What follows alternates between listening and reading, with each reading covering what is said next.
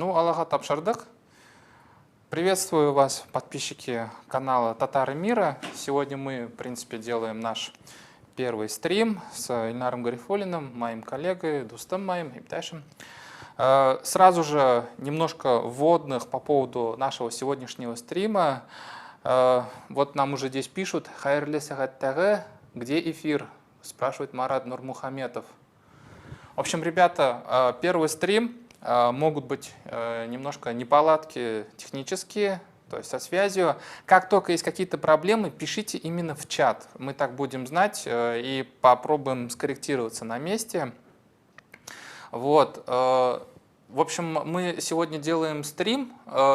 Наверное, давай мы спросим, есть ли звук. Ребята, напишите, пожалуйста, в чате, есть ли звук, слышите ли вы нас. Вот. Мы есть.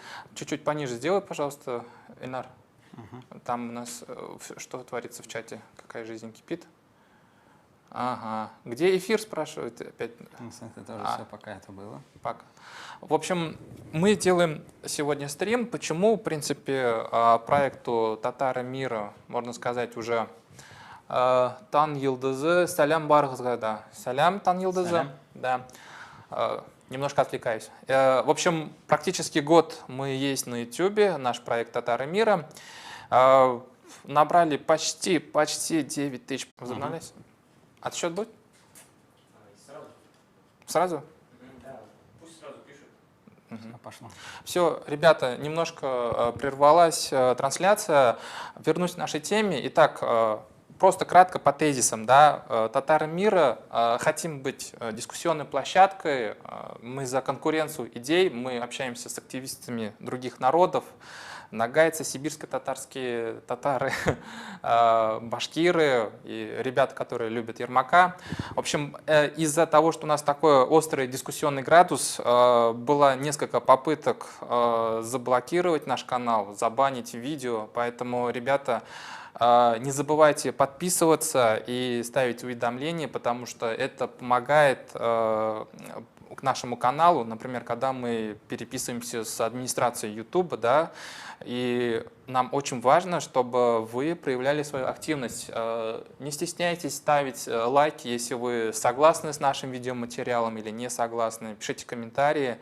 Мы, в принципе, видим, и мы стараемся, например, я лично, например, беру какие-то даже темы, видя, какие хорошие комментарии пришли от подписчиков. Поэтому для нас ценность – это вы, подписчики. Сегодня наша тема, с которой мы хотим с Ильнаром обсудить, это, наверное, мы постараемся порассуждать и сделать какой-то результат. Вот татаро-башкирская дискуссия, предпереписная, перед всероссийской переписью. Что это значит? Вот, наверное, вы уже заметили, что говорят о каком-то татаро-башкирском конфликте, хотя я лично считаю, что это идет просто дискуссия, обмен мнениями. Да, может быть эмоциональный, но а как еще интереснее должно быть? Вот, поэтому, наверное, мы с Ильнаром, давай, Ильнар, с тобой все-таки попробуем сделать выводы. Вот мы находимся в состоянии ожидания переписи. К чему мы подошли? Вообще, что происходит с татарами Башкортостана сейчас? Ну, перепись, да, у нас в этом году особенно жаркая, уже третий раз, по сути говоря, переносится сама, но и в связи с этим наблюдаются некие признаки такого этнополитического конфликта, я бы с политологической точки зрения. То есть ты все-таки считаешь, что это конфликт происходит? Да, это безусловно конфликт. Он, конечно, происходит, слава богу, в информационном пространстве в большей степени, да, но тем не менее конфликт есть. Я не могу это назвать только дискуссией, потому что если бы это была только дискуссия, то это была бы дискуссия там между активистами, между учеными, там какими-то исследователями, экспертами. Такая закрытая, да, получается? Ну да, вот, ну как в СМИ, допустим, да, но, к сожалению, эта проблема, скажем так, она уже далеко вышла за рамки дискуссии, потому что здесь напрямую вовлечены государственные структуры Республики Башкортостан, которые проводят однообразную политику в этом отношении в преддверии переписи. И, естественно, сюда вовлечено и вообще само население, тоже западной части Республики Башкортостан, поэтому говорить о том, что это только некая дискуссия, нет. Если бы это была полностью открытая дискуссия с плюрализмом, если бы были открыты двери во все СМИ, для нас, допустим, да, для татар, в том числе в Башкортостане, то это, конечно, можно было еще назвать дискуссией, но, к сожалению, это именно целенаправленная государственная политика, а там, где государство, там уже говорить о некой дискуссии, к сожалению, не приходится. Здесь уже гораздо больше, чем просто дискуссии. Ильнар, вот смотри, у нас на канале Татары Мира, да, вот в разделе сообщества мы вывесили голосование по такой теме. На прошлой неделе в Актаныше прошло совместное заседание депутатов Госсовета Татарстана и Курултая Башкортостана. И, в общем, Константин Толкачев, председатель Курултая Башкортостана, явил проект, который должен защитить родные языки у нас в школе, и попросил поддержки у Татарстана. То есть, в принципе, речь идет о каком-то сотрудничестве, о кооперации Татарстана и Башкортостана. Вот. Так все-таки где конфликт? И, кстати говоря, он там тоже высказался, что он там против конфронтации татар и башкир, что нам не надо ссориться, нет причин ссориться. Да. Ты что думаешь? Ну, Как? мне, когда я вот эти все вижу, вот эти братания, да, всеобщие этих чиновников, у меня только одно слово в голове вырисовывается, да, фарисейство, фарисеи. Вот я и хочу сказать, вы, ребята, фарисеи. Почему? Потому что, говоря вот эти все высокопарные слова о дружбе, о братстве, о том, что вот кто-то там мутит воду, в то же время я наблюдаю, что многие участники вот этого актанышского сбора, скажем так, да, они как раз являются самыми прямыми участниками вот этого конфликта.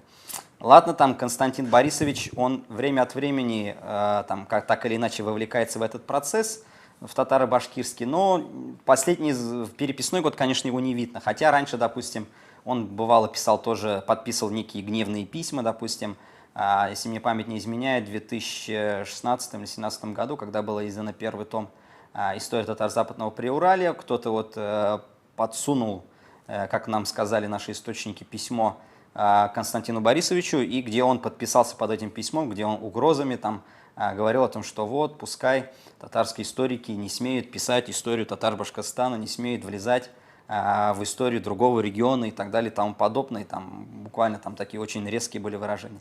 Ну ладно, бог с ним, с Константином Борисовичем, но среди участников вот этого актанышского сбора, пожалуйста, была Эльвира Айткулова, это председатель Всемирного Курултая Башкир, а эта организация, она как раз и является самым прямым участником вот этой конфликтной ситуации. И, кстати говоря, Всемирный Курултай Башкир, он сам порождает вот эту всю конфликтную ситуацию. Почему? Потому что здесь еще до вот того, как этот конфликт только разгорался 2 года назад, да, предпереписной, первым делом это Курултай Башкир, он там выступал против татарского диктанта в Башкортостане, да, они подписывали там, где как раз подпись и Айткуловой стоит, пожалуйста, это как раз 2019 год осенью, там плюс подписи там других каких-то марионеточных депутатов, среди которых, кстати говоря, был и представитель национальной культурной автономии Татар-Башкортостана, где они как раз о том, что и говорили, что татарский диктат на территории Башкортостана там нарушает некие границы республики, что это является неким вмешательством в внутренние дела республики. Ну,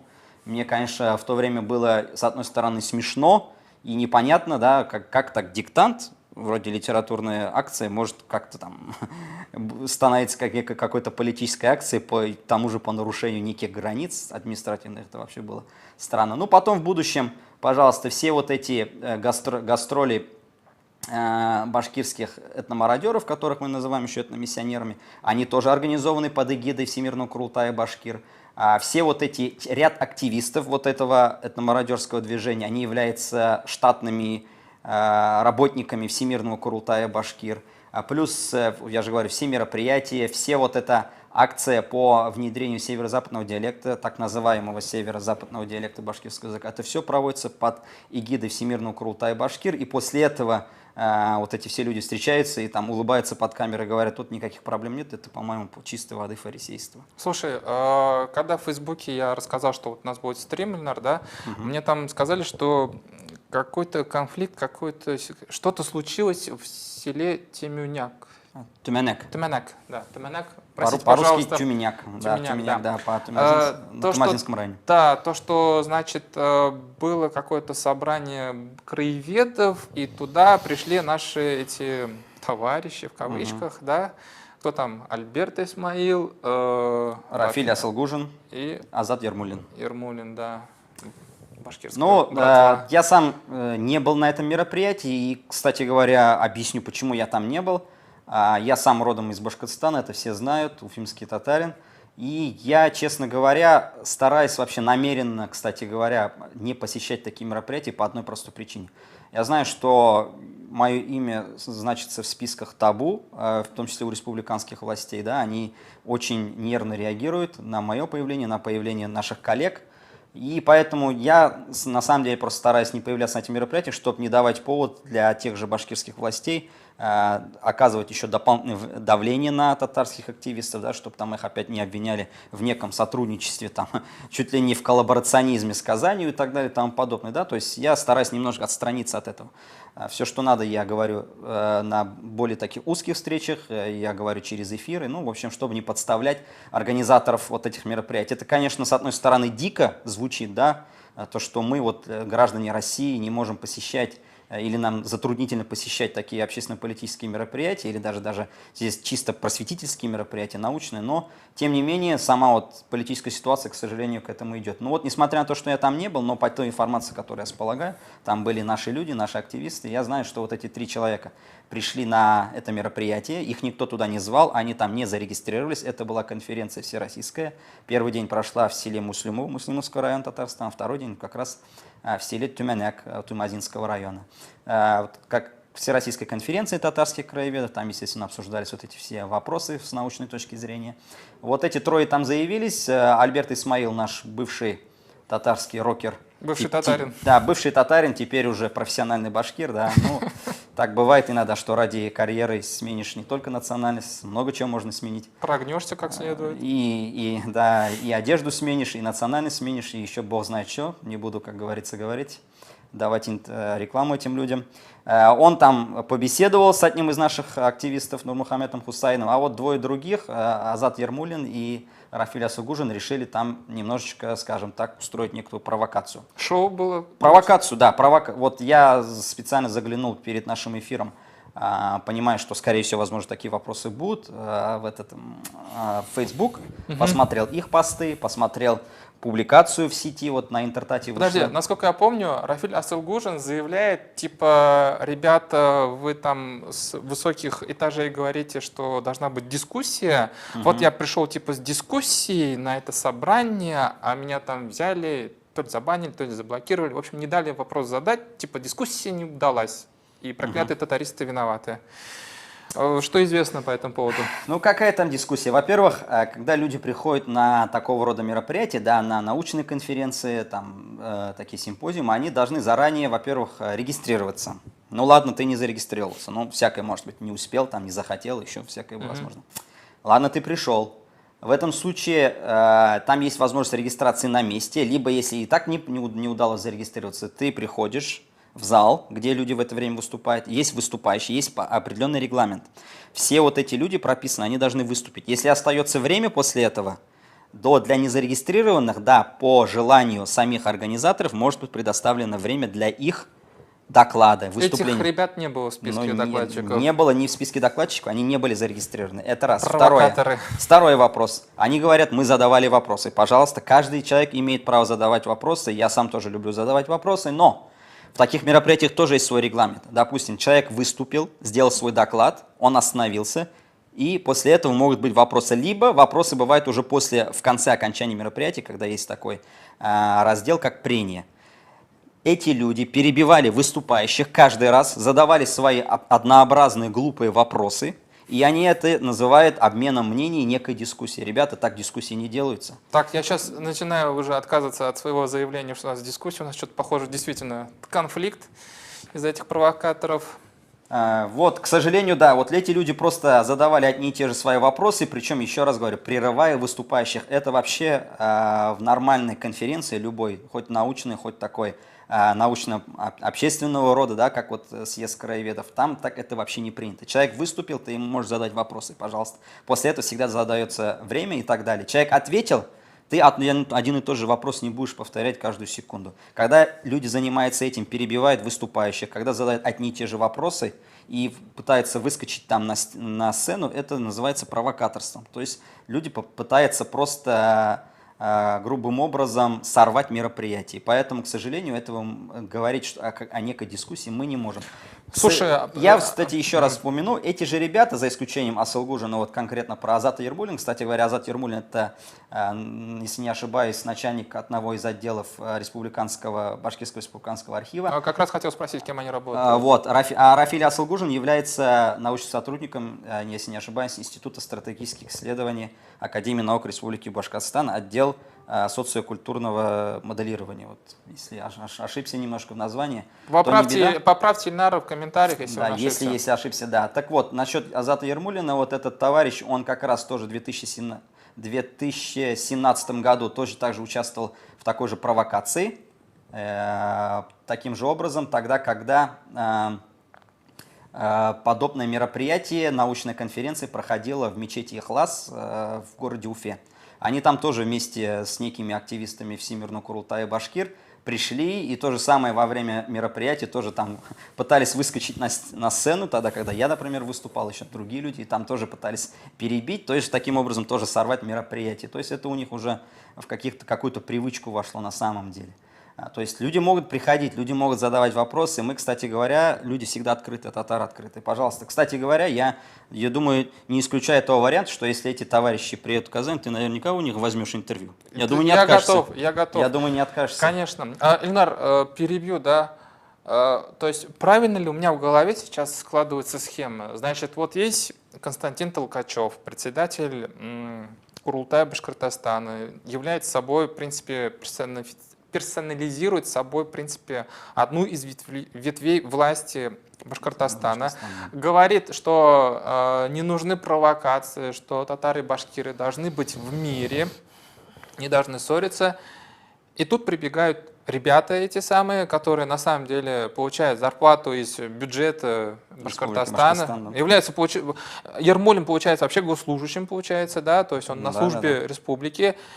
И он такой вот устраивает себе, позволяет без В любом случае это все бюджетники, да, плюс все эти товарищи являются грантополучателями, как у нас сейчас в России говорят, грантоедами, да, последние несколько лет вот эти организации, объединения, в которых они состоят, они получили ряд грантов, и все эти, кстати говоря, гранты так или иначе направлены именно на вот это обострение татаро-башкирских отношений. То есть я имею в виду гранты, которые направлены якобы там на изучение истории северо-западных башкир, якобы на изучение северо-западного диалекта башкирского языка и так далее и тому подобное.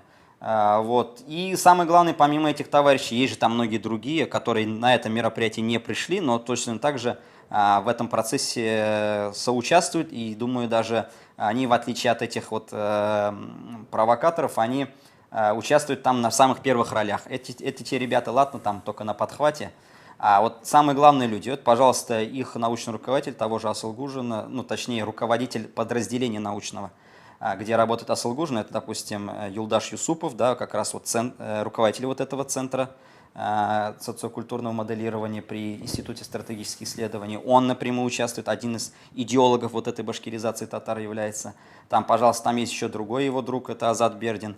Плюс есть еще один из их приятелей с давних времен, это, на минуточку, вице-премьер Республики Башкортостан Азат Бадранов. Я, когда говорю приятели, я со стопроцентной уверенностью могу сказать, что это именно их приятель, потому что судьба так распорядилась, что я их многих знаю лично.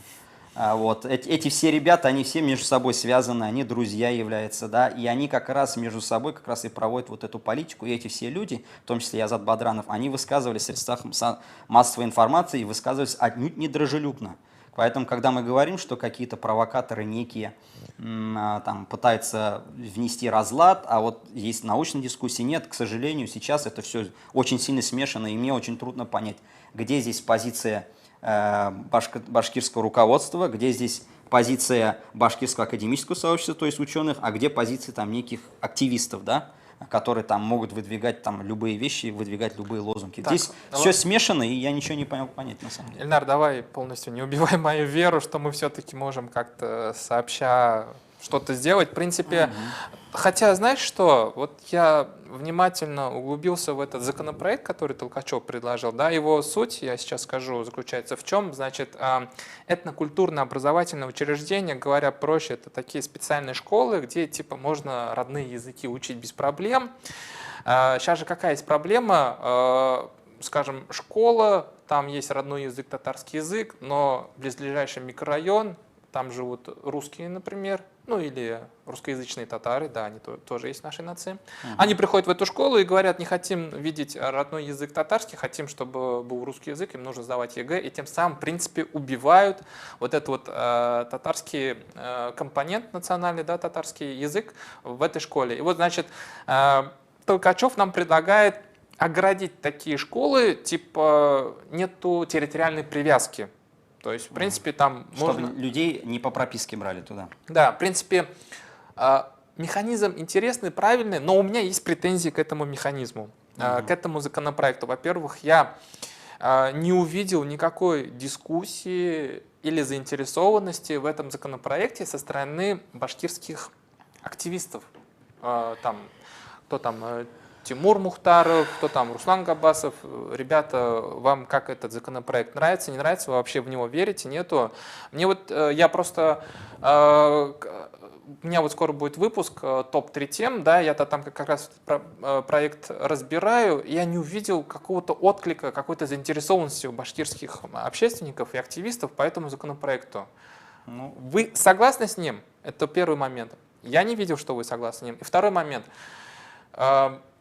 Законопроект сырой, потому что, как обычно, такие школы с родным языком мочат родительские комитеты, как у нас, например, был в Татарстане, Башкортостане, русскоязычных родителей. Какая защита есть от них? Непонятно. Вот. Ну, в принципе, вот у меня есть такие претензии к этому законопроекту. Ильнар, вот мы сейчас можем сделать, в принципе, такой вывод, что благодаря вот этой вот затянувшейся дискуссии конфликту татаро-башкирскому мы увидели, наконец, татар Башкортостана. Вот я вспоминаю человека одного, с которым у меня завязалась очень такая тесная эмоциональная дискуссия, азербайджанский какой-то философ Айдын Ализаде, что ли. В его картине мира было четко... По-моему, он у тебя в еженедельном выпуске где-то был, фигурировал, да? Ты про него рассказывал? Или я его просто ругал у себя в Фейсбуке? Ну, нет, у тебя было, в выпуске у тебя было. Ну, не суть важно, но в голове этого человека была четкая схема. Вот Татарстан татары, вот Башкортостан башкиры. То есть этот человек не видел, что в Башкортостане есть больше миллиона татар. То есть татары Башкортостана типа были либо под тенью башкир Башкортостана, либо под тенью татар Татарстана. Но сейчас именно благодаря нашей работе, в том числе вот, то, что мы стараемся делать нашим проектом «Татары мира», мы наконец вскрыли, мы увидели, мы услышали татар Башкортостана. Мы поняли, что там есть реальные татары. Там даже есть вот этот вот чувак, который уже стал мемом, там этот чекмагушевский жигит. Да, вот за последние 2 дня. Да, он просто порвал татарский мир, он объяснил, что как можно разговаривать с журналистами, если они начинают говорить, давай, ты там по-татарски сказал, мы ничего не понимаем, повтори нам еще на русском. Ничего. Я как журналист, который татарскую речь понимает, я понимаю, что журналисту, конечно, легче так, но ради сохранения родного языка не нужно лениться и переводить татарский язык на русский. Да. Вот. Вот твое мнение все-таки, Инар, ты все-таки из тех краев и общаешься с тамошними людьми. Ну, мы услышали голос татар Башкортостана? Мы его слышали, просто правильнее будет сказать, что в Татарстане его не хотели слышать все эти долгие годы. То есть субъектность у татар Башкортостана она была, просто я для себя вот такую формулу открыл, что в Татарстане вот за последние года полтора, благодаря вот этим товарищам, этномародерам, да, спасибо, кстати говоря, я им говорю реально спасибо, потому что они заставляют нас проснуться, и, кстати говоря, благодаря им в Татарстане заново открывают Башкортостан. То есть это вот есть же такое понятие, да, открытие, да, как открыл Америку, да, вот вроде бы все известно было, но ты заново открыл. Здесь то же самое. Башкортостан, вроде соседний регион, но в Казани, по сути говоря, заново его открывают. Я общался со многими журналистами, в том числе государственными, да, с некоторыми там общественными деятелями, и они мне заново говорят, они мне что говорят? Мы, вот уже вроде люди не молодые, как мы с тобой, да, там людям по 50-60 лет, они говорят, мы только сейчас поняли, оказывается, в чем там проблема. То есть они, эти люди, это были не какие-нибудь там обычные люди, обыватели, да, которые вроде вне информационного поля находятся, это представители интеллигенции, административного персонала. Они вроде бы читают газеты, читают интернет, смотрят телевидение, общаются, они должны знать, но они только сейчас начали понимать суть вот этой всей проблемы. Вот раз ты сегодня немножко упомянул о вот этом вояже Константина Борисовича, я могу все-таки сказать, что в Татарстане в некоторой степени все-таки эту тему обсуждают. Она, во-первых, проскочила в СМИ Татарстана, в печатных, во-вторых, я сам вот на той неделе был в эфире ТНВ. Мы там тоже, в том числе, с участием одного из участников вот этого собрания, депутата Госсовета Рхаил Зайдулы, обсуждали. Мы одобряем, я сам лично тоже одобряю вот это. В принципе, встречу я одобряю, то, что люди должны встречаться, договариваться. Сам закон я одобряю, но мне не нравится, во-первых, механизм, то, что вроде как это Константин Борисович Толкачев сам вроде решил и выступил инициатором. Я все-таки считаю, что это должно идти от общественности, от национальных организаций, от родительского сообщества, для того, чтобы у этого закона было понятно, что это направлено на удовлетворение интересов простых людей, это не какая-то прихоть номенклатурщиков, это первое. Второе, я считаю, что по этому поводу действительно должны вестись дискуссии между общественностью, национальной интеллигенцией, и татар, и башкир. Вот этого, к сожалению, не хватает, и это очень плохо, кстати говоря.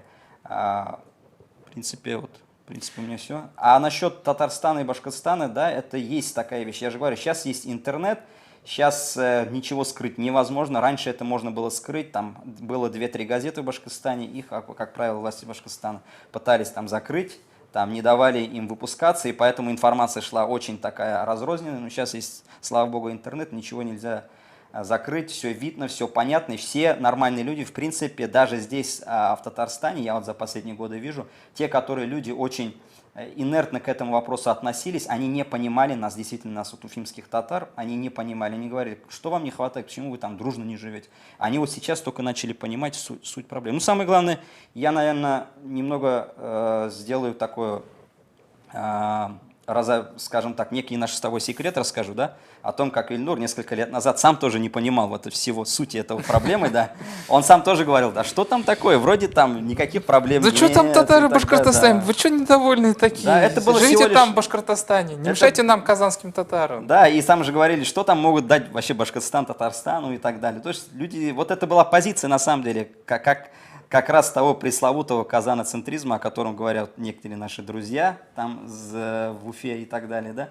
Нет, вот сейчас ситуация меняется, и, к сожалению, единственный минус я вижу в чем, то что, в принципе, Татарстан проснулся, он сейчас по-другому на это смотрит, несмотря на то, что вот есть, опять-таки, вот этот номенклатурный подход, все, давайте будем дружить, давайте закроем на все глаза, кстати, который проскакивает в некоторых татарстанских СМИ, там, вот, типа «Бизнес онлайн» или «Миллиарды татар», да, к сожалению, до сих пор. Но, тем не менее, в целом уже ситуация, взгляд изменился. Но, к сожалению, за эти годы ослабла общественность татарская в самом Башкортостане. Сейчас вот мы пытаемся некоторых людей пробудить заново, чтобы они высказывали, чтобы они отстояли позицию. Но людей вот трудно к этому как бы подвести, потому что люди уже привыкли, что на их голос никто не реагировал, что это было как-то не особо важно, что в Татарстане было всем на это наплевать долгие годы и так далее. Ну нет уж, не наплевать, поэтому, ребята, еще раз небольшой референчик, да, то есть повторение.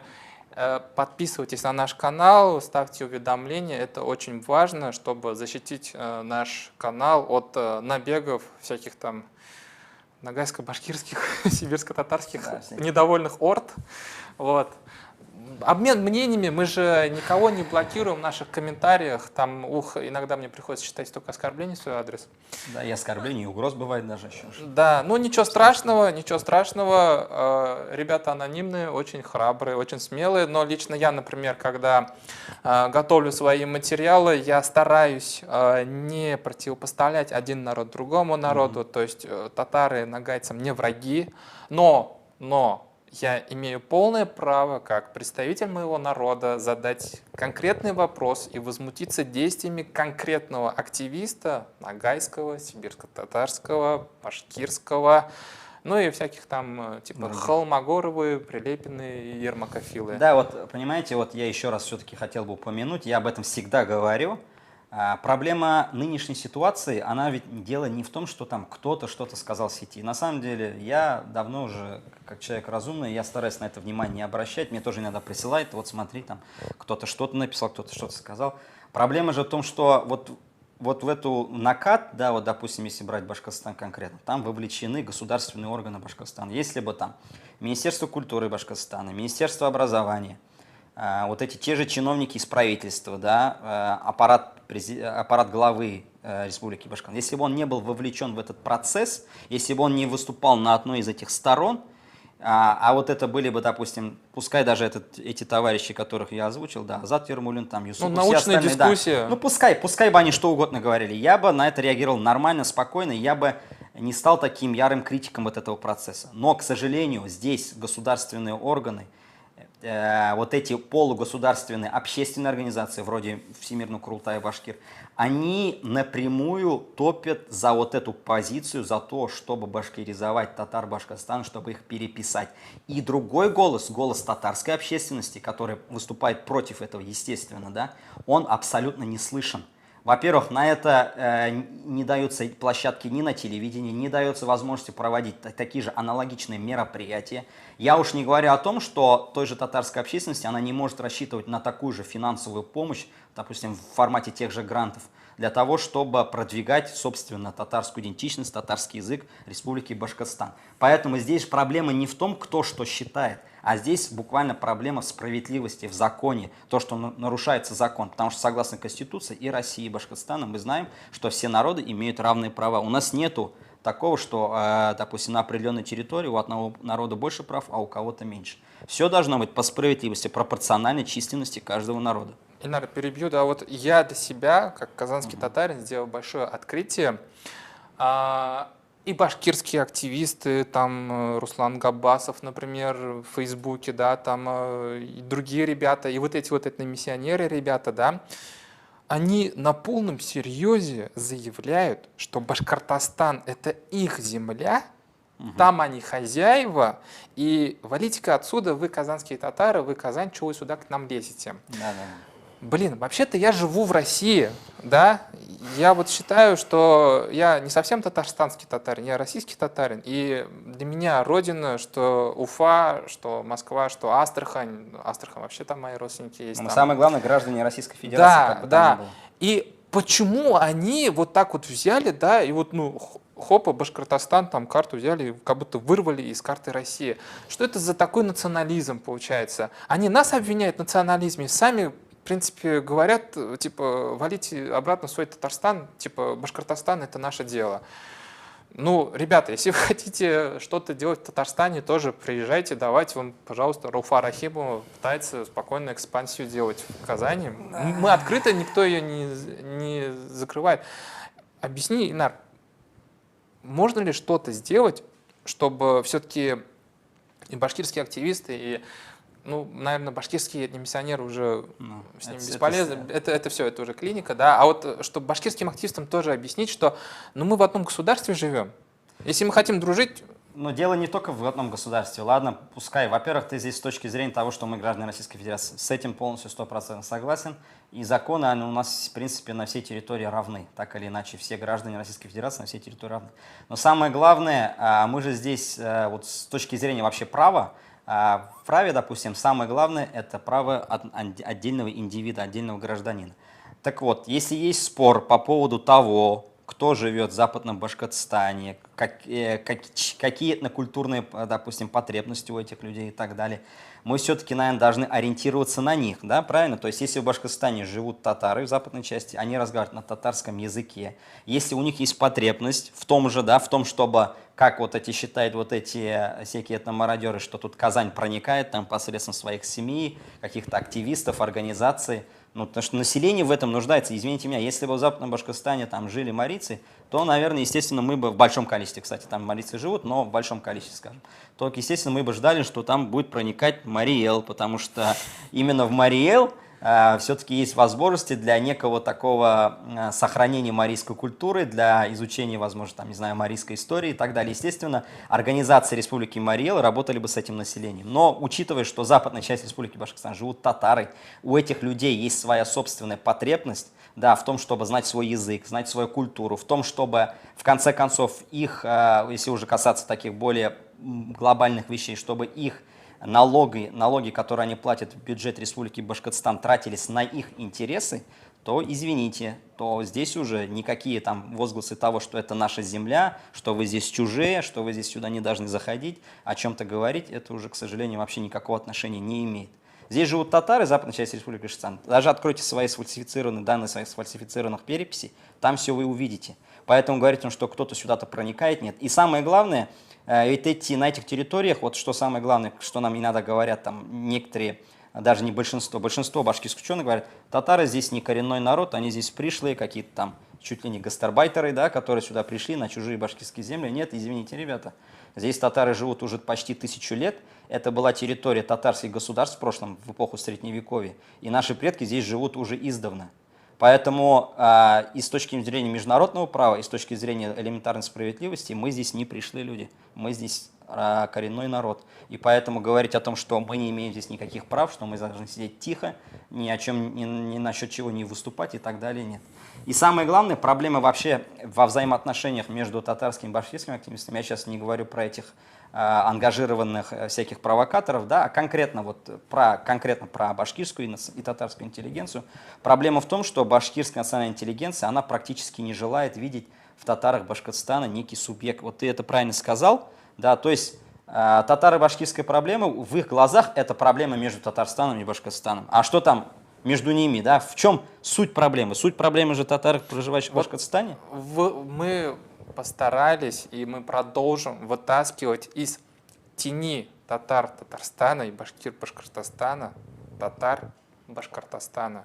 Все, хватит сидеть в тени. Выходите, высказывайтесь, самовыражайтесь, творите, пишите статьи, пишите книги, рассказывайте о себе в соцсетях, снимайте фильмы, рассказывайте о своих землях, о своей традиции. Поэтому, в принципе, я вижу смысл «Татара мира» проекта, да, YouTube-канала, чтобы вот это все произошло.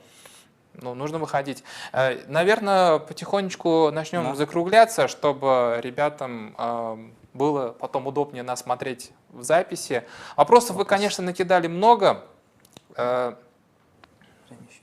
Время, конечно, есть. Давайте на вопросы попытаемся ответить. Да, ребята, давайте задавайте вопросы. Ну, в принципе, наверное, я один вопрос задам из Фейсбука, который мне задали. Ильнар, когда северо-запад Башкортостана присоединится к Татарстану? Я вообще... Провокационный вопрос? Да, провокационный вопрос. Как человек демократических принципов, я всегда считаю, что здесь всегда должна быть воля самих людей, самих жителей.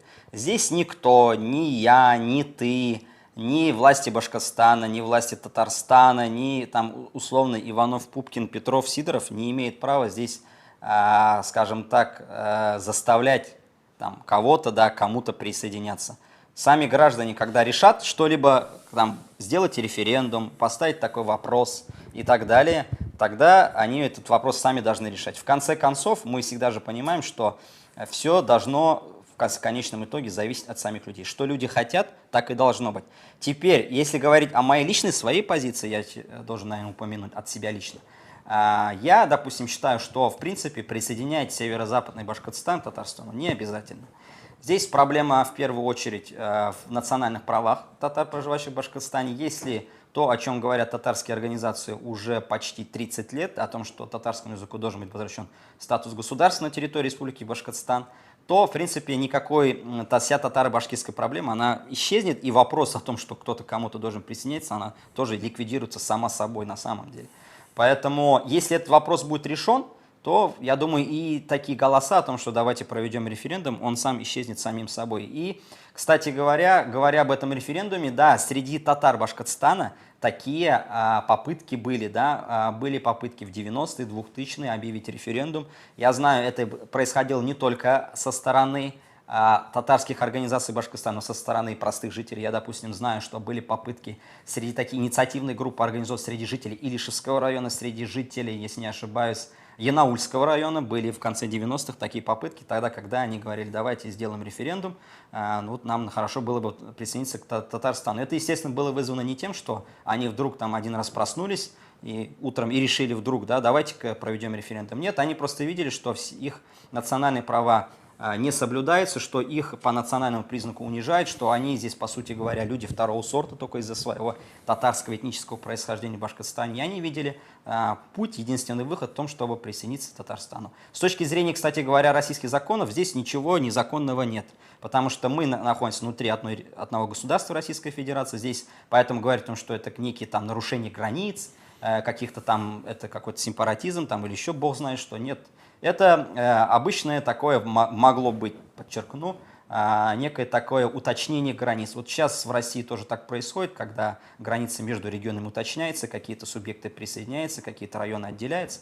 В принципе, такой вариант мог быть. С точки зрения истории это тоже, в принципе, возможно, потому что в 2020 году при образовании Татарстана, вот эта территория Бирского, Беребеевского уездов, как раз Западный Башкортостан, он должен был быть присоединен к Татарстану после проведения здесь референдума. Референдума не было, в 2022 году эту всю территорию отдали Башкортостану, вот эти все нынешние проблемы, которые мы здесь видим, они, в принципе, существуют. Поэтому, еще раз подчеркну, все здесь зависит от людей. Но я, например, как эксперт, как житель Башкортостана, да, как татарин Башкортостана, я на самом деле не считаю, что это самый лучший вариант решения этой проблемы. Я считаю, что если когда-нибудь такой вопрос и будет поднят, то это будет самый нежелательный, но, к сожалению, бывает в истории так, что самому нежелательному, скажем так, исходу как раз подталкивают те люди, которые об этом громче всего кричат.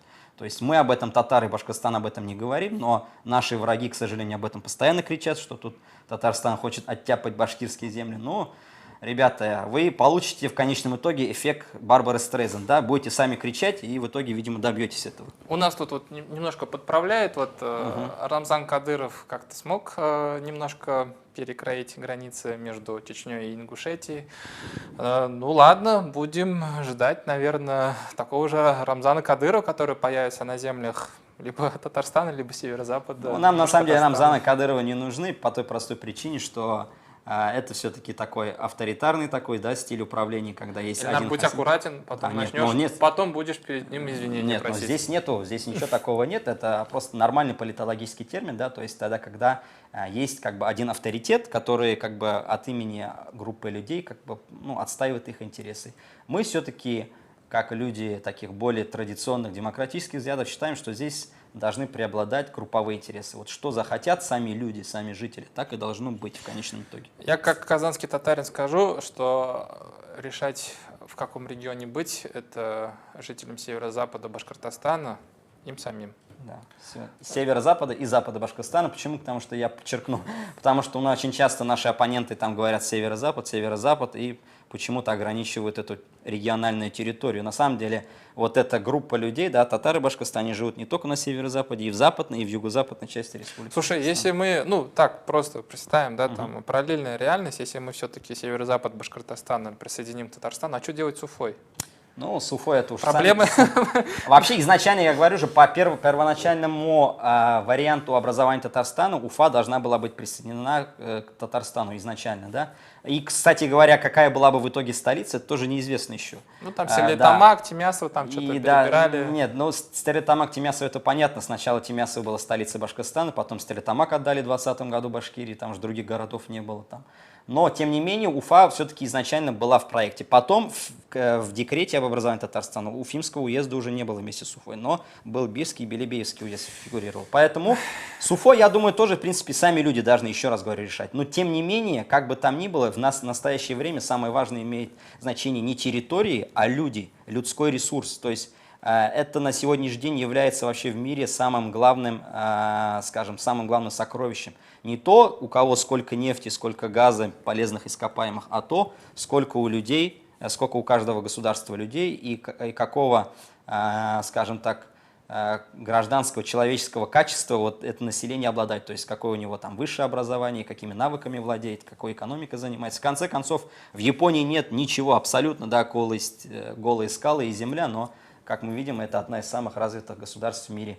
И самое главное, если бы, я уж гипотетически так предположим, если бы и Казань, и Уфа вошла в состав некой объединенной республики, то в конце концов, я думаю, что был бы идеальный вариант, когда столица была бы разнесена между разными городами. Вот, пожалуйста, как в Швейцарии, как в Южноафриканской республике, как в Австралии, да, тогда, когда там парламент в одном городе, там судебная власть в другом, глава республики, правительства в другом. Но это все чиновники туда-сюда это нормально. В поте лица бегают, перемещаются. Вот сейчас, видите, мы с вами сидим же через стрим, да, то есть электронным образом общаемся с людьми, сейчас никаких таких проблем нет. Но это, еще раз говорю, это все гипотетически. Это все люди сами должны решать, как должно быть. Сами люди должны быть хозяевами своей судьбы. Это моя личная позиция и, думаю, позиция любого демократически мыслящего человека.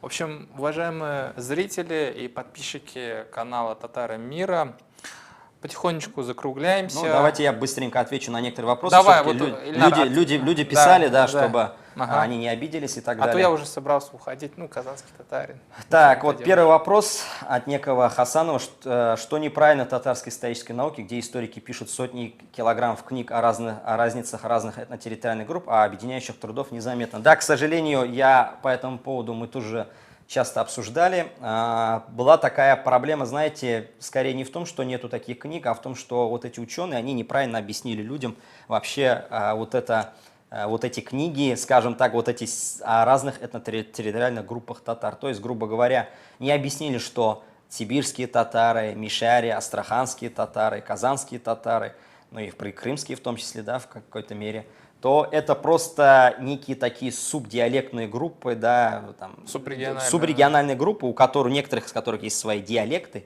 что это просто части одного большого народа, да, то есть, грубо говоря, для примера скажу, вот есть цветок ромашка, у каждой ромашки там множество лепестков, и вот каждая из этих групп, мишари, сибирские татары, это просто лепестки огромного татарского цветка, из которого вы, конечно, можете одну выдернуть, но этот лепесток, во-первых, будет не жизнеспособен, и с другой стороны, сам цветок уже будет выглядеть не так, как он должен выглядеть в конечном итоге. То есть проблема была в том, что людям не объяснили разницу между научным подходом, да, и жизненным. В жизни, да, мы все являемся реально одним народом, татары, живущие и в Казани, и в Башкирии, и в Сибири, и в Астрахани, и в политическом смысле, я думаю, и крымские татары, хотя, в принципе, конечно, они считаются отдельным народом, тем не менее, это жители, часть большого татарского мира. То есть то, что мы являемся одним народом. Но у каждого народа есть свои группы. В конце концов, у русских тоже есть северные русские, которые живут в Вологде, есть там воронежцы, у которых между собой, в разнице вообще между собой ничего объединенного нет, то есть у них даже языки сильно отличаются. То же самое, допустим, если взять наших соседей, да, допустим, тех же башкир, пожалуйста, у них есть разные группы, допустим, бывает даже среди настоящих башкир. Давай, сейчас еще башкир расколем. Нет, бывает, я не раскалываю, они между собой общаются, иногда говорят, друг друга мы трудно понять. Почему? Потому что, естественно, у каждого народа есть некие свои диалектные различия. Сибайс баймаковца поймет? Сибайс баймаковца поймет, а вот, скорее всего, баймаковец, жителя, допустим, Белокатайского района Башкира, да, Салаватского района, скорее всего, не поймет. Вот у меня был однокурсник из Кармаскалинского района, там, конечно, живут в основном татары, но он был кармаскалинским башкиром. Так вот, он говорил, что баймакских башкир я не понимаю, они не понимают меня. То есть это нормально, в принципе, диалект всегда отличается, в этом ничего сложного нет. Я небольшой сделаю ремарочку. В общем, у нас с Сенаром есть общий знакомый Альфред Бустанов, и он как-то в одном из видео у нас на канале «Татары мира» сказал, что, в принципе, вот эти вот этнические общности, они конструируются и учеными-исследователями, этнографами. Он там рассказал, как некоторые сибирские локальные группы вспоминали о своих особенностях, заглядывая в кое-какие этнографические исследования. Хотя вроде бы как разницы особой нету между простыми людьми. Это просто вот тут в голове сидит разница между нами. Да, вот как раз вот проблема с северо-западным Башкирами, она как раз это яркий пример того, что, в принципе, некие ученые, исследователи там посредством государства пытаются создать многие новые этнические группы, да, то есть на пустом месте пытаться создать новый народ. Давай, Это какой как тебе раз. еще вопрос тут Да, понравился? давайте. Вот, в принципе, я, конечно, друзья, не обижайтесь, но и те, которые такие реплики, которые не вопросы, я их зачитывать просто не буду, потому что их, слава богу, очень много. Спасибо вам всем, что проявили интерес к нашему сегодняшнему эфиру. В чате почитайте. Да. Про то, что, ну, я тут слышу реплики, и, в принципе, есть вопросы по поводу проблемы с родным языком, с татарским языком. Согласен, проблемы есть. Языковая идентичность, наверное, является одной из самых сложных и трудных, потому что татарин в современном мире многомерен, у него есть религиозная идентичность, ислам и этот небольшое исключение, татары кряшеные. Значит, у него есть этническая идентичность, то есть самоощущение, самоопределение, есть языковая идентичность. Она самая тяжелая, потому что здесь нужны школы, учебники, работа институтов, республиканская власть. Мы на канале Татара Мира постараемся сделать контент именно на татарском языке. Это будущий проект. Ну, не будем раскрывать, так сказать, все карты, но мы постараемся и с татарским языком тоже начать работать. У нас есть такие планы. Вот у вас еще один вопрос от некого Норта Ропа, да, он пишет: у Татарстана внутри кипит в Российской Федерации, да, недовольство. Вас никто не видит здесь, ни татаристов, ни башкиристов, вас, ребята, никто не знает, нужна реклама, что делается для выхода в мир. Ну вот, пожалуйста, мы сегодня проводим стрим, мы пытаемся работать на разных площадках, мы пытаемся донести свою информацию не только вот через те СМИ, которым у нас есть прямой выход, доступ, да, но через те СМИ, куда мы, допустим, приходим как гости.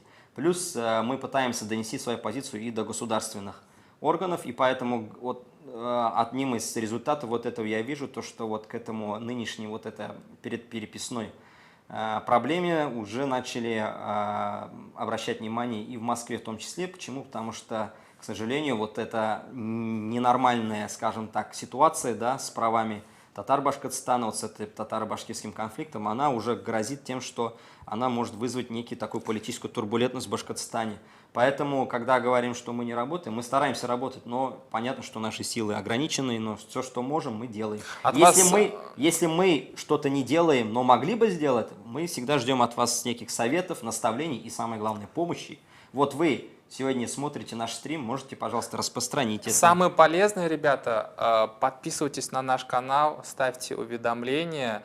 Если видите человека, который также смотрит наш YouTube-канал, спросите у него, поставил ли он уведомления, потому что это очень сильно помогает нашему каналу защищаться от атак, потому что, ну, так получается, что нам приходится дискутировать, высказывать мнение татар по многим вопросам, с ним некоторые не согласны и решают нас просто, не знаю, там, банить, там, запрещать и так далее. Мы пытаемся отбиваться, очень полезно, чтобы вы тоже проявляли активность. Так, вот еще один вопрос от некого ZZXX, да.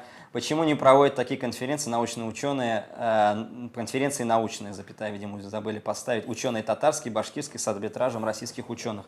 Но это было бы, конечно, да, неплохо, я думаю, что это было бы даже самый лучший вариант. Но вот видите, к сожалению, люди не готовы как-то это обсуждать на таких нейтральных площадках, да, то есть, допустим, в том же Башкортостане там вот были вот эти попытки якобы о том, что мы там, допустим, вот эти этномародеры там проводили некую школу молодого этнополитолога, но что они делали? Они там просто приглашали себе, лояльных себе, я уж не знаю, как они там сделали их лояльным, там подарки подарили или просто красивые слова сказали или еще что-то, но приглашали именно таких исследователей, которые пели бы их песню, да, говорили бы нужные им вещи и так далее, там подобное, поэтому называть это уж такой общей площадкой я, к сожалению, не могу.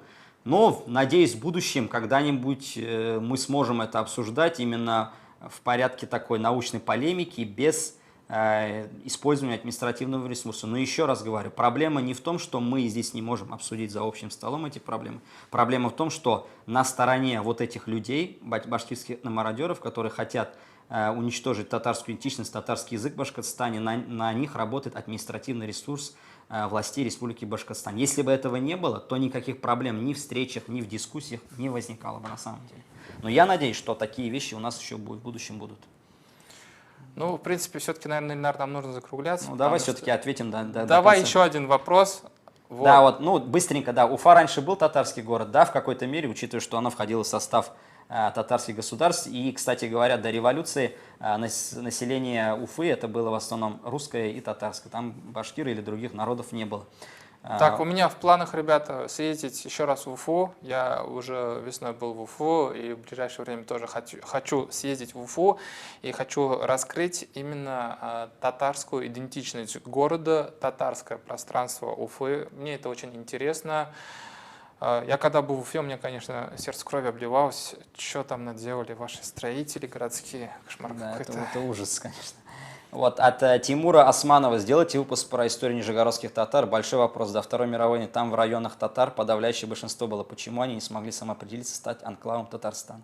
Ну и тема интересная, да, потому что нижегородские татары это одна из таких самых известных групп, да, татар-мишарей в том числе, да, и поэтому нижегородские татары это интересный вопрос. Ну вот нам нужно найти, наверное, неких спикеров, кто мог бы нам Да, Мир подробнее... Мухиддинов из Муфтията Да, Дома да. РФ. Вот он бы, наверное, рассказал, если он знает, конечно. Но... Хотя о нем говорят, что он в свое время пытался сконструировать Мишаристан. Да, мишарский сепаратизм и так Да. далее, да. Знаем мы такие дела. Но ничего страшного. Как там зовут человека? Тимур Османов. Да, Тимур Османов.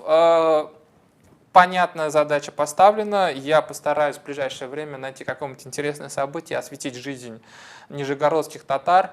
Если не сложно, можешь написать еще раз в чате, вот какую бы ты лично хотел бы видеть тему, и сказать каких-нибудь, может быть, тебе известные личности, которые живут здесь в Казани. Я бы встретился бы и записал бы интервью вообще без проблем. Или они могли бы приехать в Казань в определенный момент. Да, я тоже, был в принципе. в Нижнем Новгороде, я общался с нижегородскими татарами.